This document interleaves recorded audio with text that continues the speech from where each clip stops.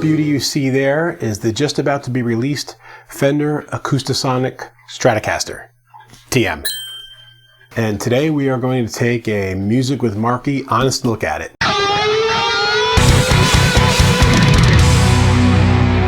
If you're new to the channel, let me take a second just to explain how it is that I do reviews of these guitars. And I also should mention that this is not sponsored in any way.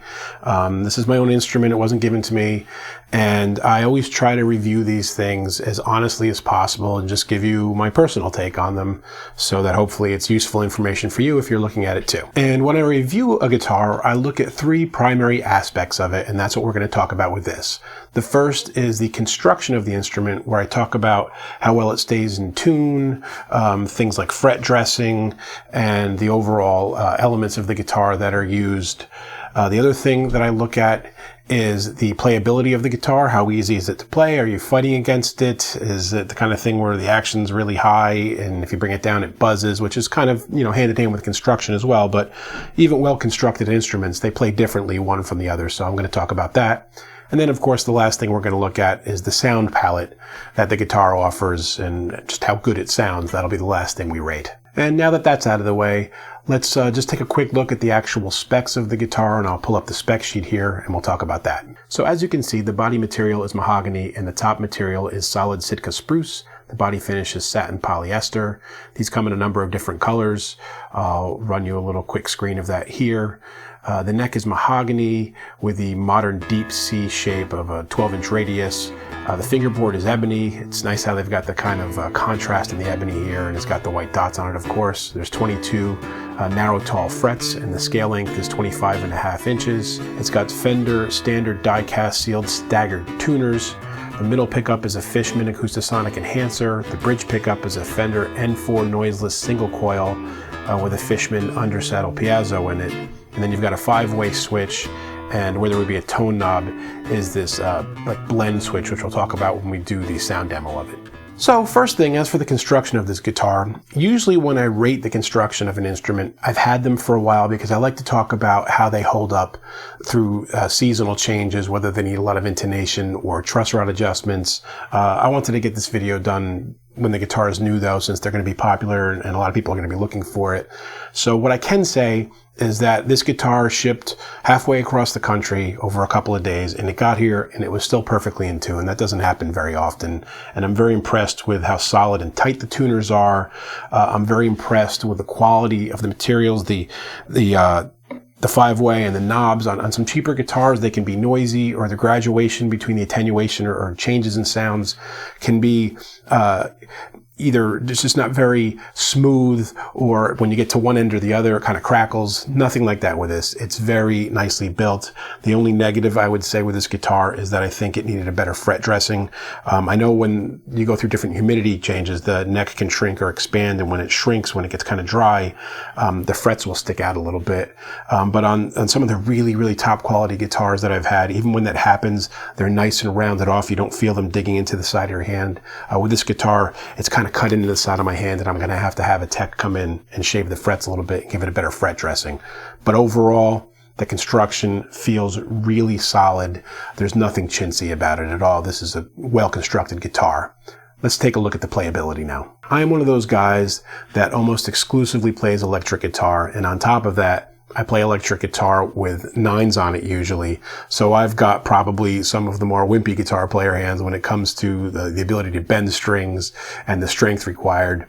And so when I ordered this guitar, I was not sure what to expect, whether it was going to be difficult to play more like an acoustic where you have to have that strength and fight against it a little bit, or if it was going to be more of an electric kind of feel and be more buttery. Like, am I pulling on a truck clutch here when I bend a string, or is it going to be nice and easy?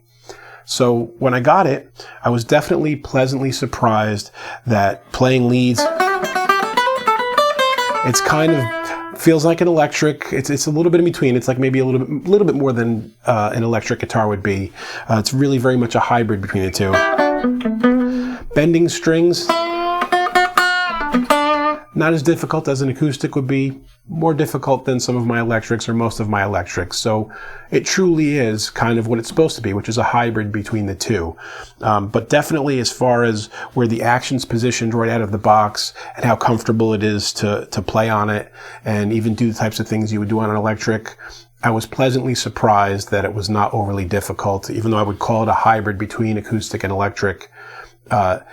It's an easy guitar to play, and I give it high ratings for that. So I'm going to say it's kind of a compromise on both sides, but it's not the kind of compromise where both sides feel like they lost something. This is definitely a win-win.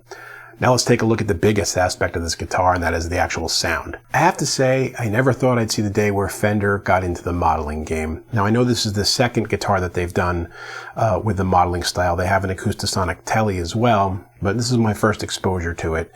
And if you know me or know my channel, you know that I do all my stuff through either an Axe FX or a Kemper. I have been a modeling guy all along. I got on board with modeling very early on with the Roland VG8s. And I know that a lot of traditional and traditionalist guitar players really don't like modeling, but I've always kind of looked at it differently.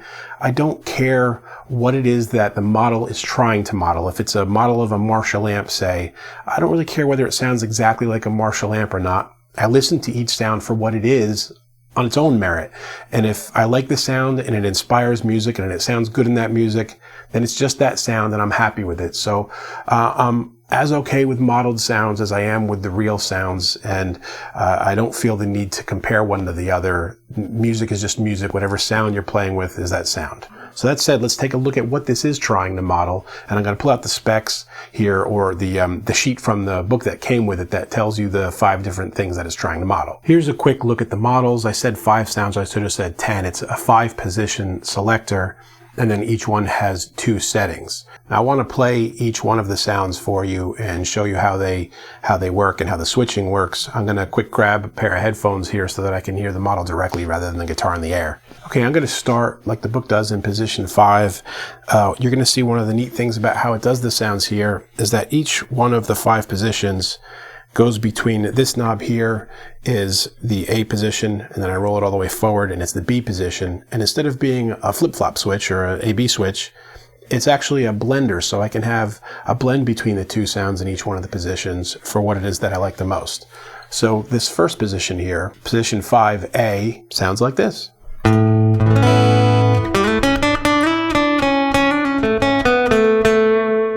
Let's roll the knob here over to B.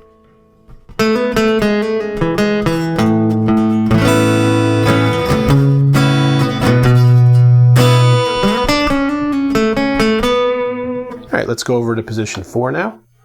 Roll it back to the A.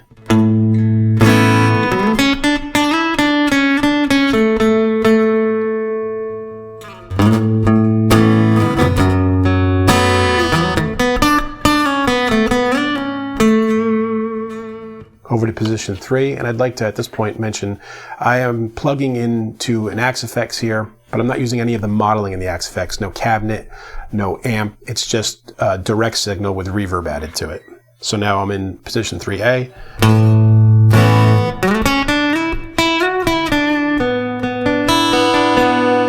Roll it forward to B.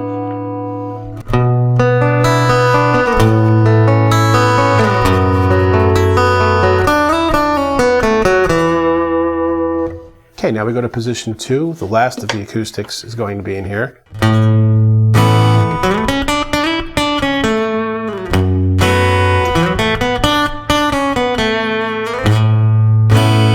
All right, and now as I roll here, we're going into the first of the electric sound.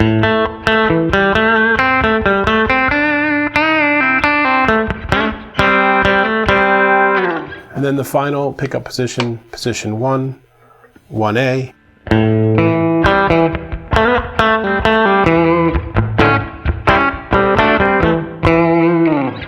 And then this last position here adds a little bit of dirt to it.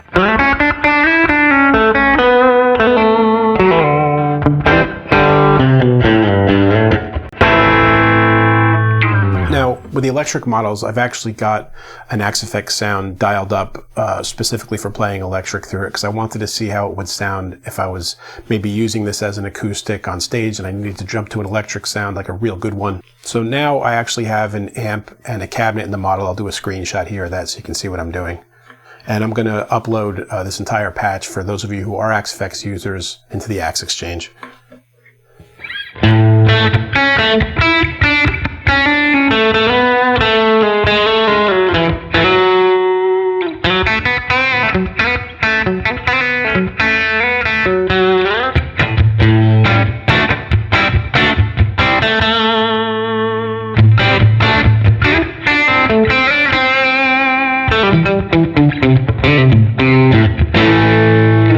So there you have the basic sound palette. I want to jump back for a second to position 3. If you noticed, pulling up the specs again here, it says percussion and enhanced harmonics and adds body pickup to the above voice. If you're the kind of player who does that percussive body stuff on an acoustic guitar, it actually picks up the sound.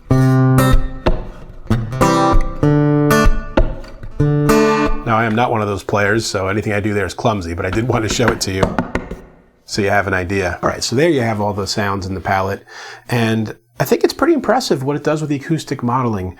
If you're someone that likes to record acoustic guitars, but you don't have all the equipment to make it sound great, it's not as easy a thing as it seems. You know, I've got this gorgeous Taylor guitar that I have, and even with expensive mics, getting them set up right and getting it right in a room, and even having a room with a sound you like, or a dead enough room so you can do sound in the box, it can be really tough to get that great acoustic sound, and this is a heck of a shortcut.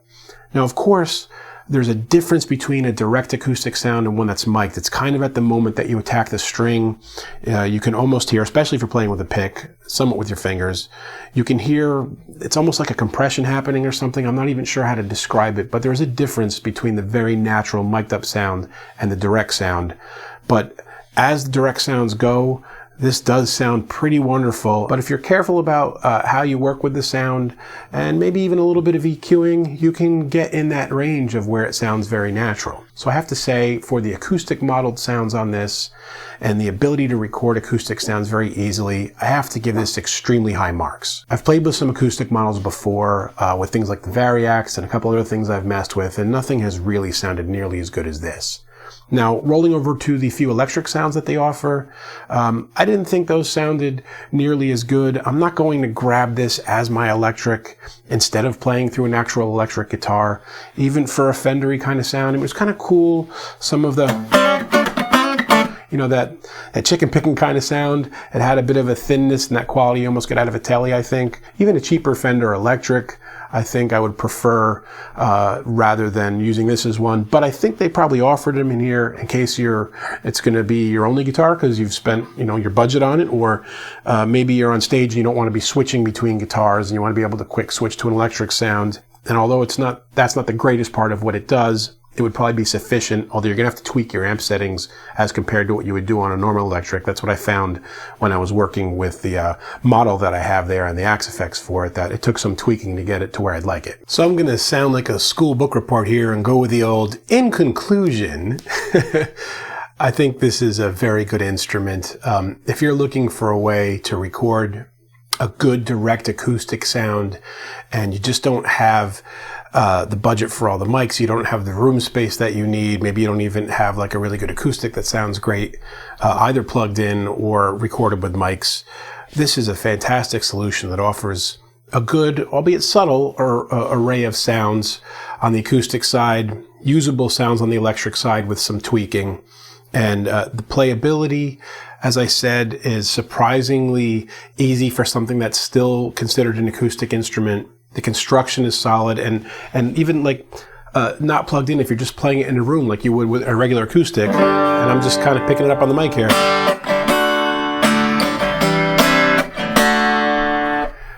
I'm happy with how it sounds. It's a little shallow, right? It's not a big dreadnought type of sound because it's a shallow flat instrument, but it definitely sounds good and is usable in those situations if you're just taking it to a party or something as well. So I'm going to go ahead and give Fender a big thumbs up on this one. And guys, if you have any questions or comments, anything you feel I left out that you want to know about and you want to ask me about, please feel free to leave a comment below. I always get back to everybody. And guys, until next time, keep making great music. Hey friends, don't forget to subscribe and turn on notifications. It makes the whole world better.